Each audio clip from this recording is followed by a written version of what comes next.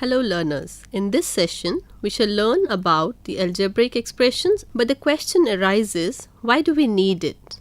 Before we start, let me ask you one interesting question. Have you ever learnt algebra when you were a small kid? I guessed it right. Your answer is a big no. But there is algebra in you, and so we say yes. You have learnt algebra when you were a small kid and your mother started calling you Raju, Nikki or Meenu. Do you know from where these names came? Since you were unnamed that time and your mother wanted to interact with you, she needed some variable to address you, and she started calling you by these names. You learnt that it was your name and started giving response to mother with a smile, so you became a variable named Nikki. Similarly, when you play a game like Angry Birds on your mobile or any other game, it involves lot of variables and conditions to win the game, and hence we all must know a little bit of algebra. So in mathematics, when we represent numbers 2, 3, 4 with some other names like A, B, C, these are called variables. Variables and constants form a term, and terms are added to form algebraic expressions. So your name is a variable which you learnt when you were a kid. Thus, algebra is a branch of mathematics which generalizes the facts in arithmetic. In the language of algebra, letters along with numbers and operation symbols are used to create expressions. In this unit, we are going to learn about variables and constants, numerical and literal coefficients, terms and algebraic expressions, polynomials and degree of a polynomial, types of polynomials, finding the value of a polynomial, finding the zeros of the polynomial, and operations on polynomials. Talking about variables, a variable is a symbol which represents a quantity that can vary. For example, we can define h to be the height of a child. Height is a quantity that varies because as the time passes, the child's height will increase. So here h is a variable.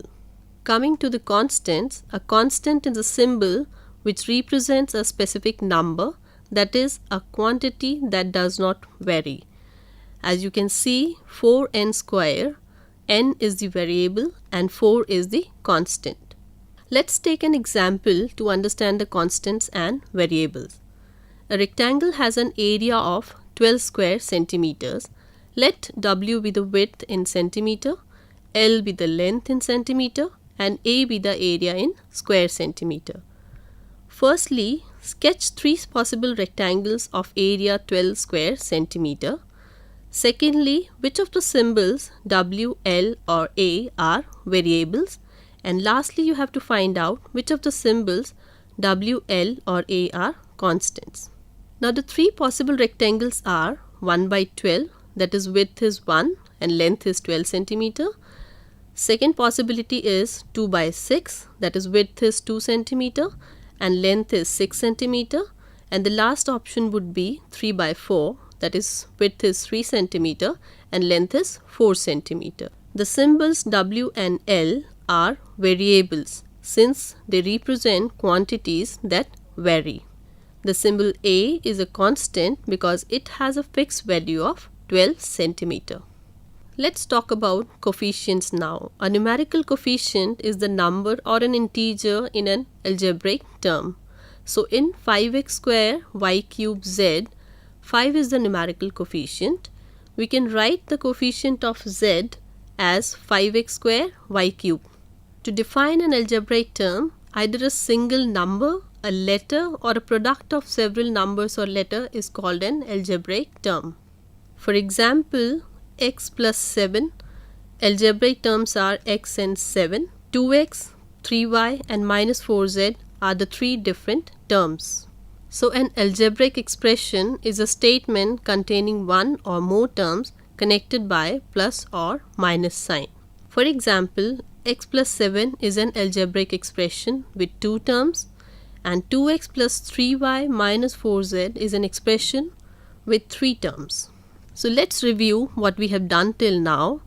In 5x square plus 2y plus 9xy plus 4, it is an algebraic expression where 5x square, 2y, 9xy and 4 are terms. In 9xy, 9 is called the numerical coefficient and xy are the two variables and 4 is a constant. We hope that you have enjoyed learning with us.